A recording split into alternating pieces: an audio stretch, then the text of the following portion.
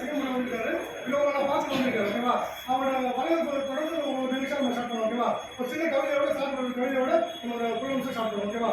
அன்பின் அடைக்கலமாய் பண்பின் பாசமலராய் எங்கள் பார்வையின் பணித்துறையாய் சிற்பிக்குள் இருக்கும் முத்தாய் சிங்கார வடிவமாய் கேசிந்து ராகமாய் இன்னிசை மழையாய் இறக்கமுள்ள மாணவர்கள் இதயமாக விளக்கம் வருகை வருகை அன்போடு வாழ்க்கை.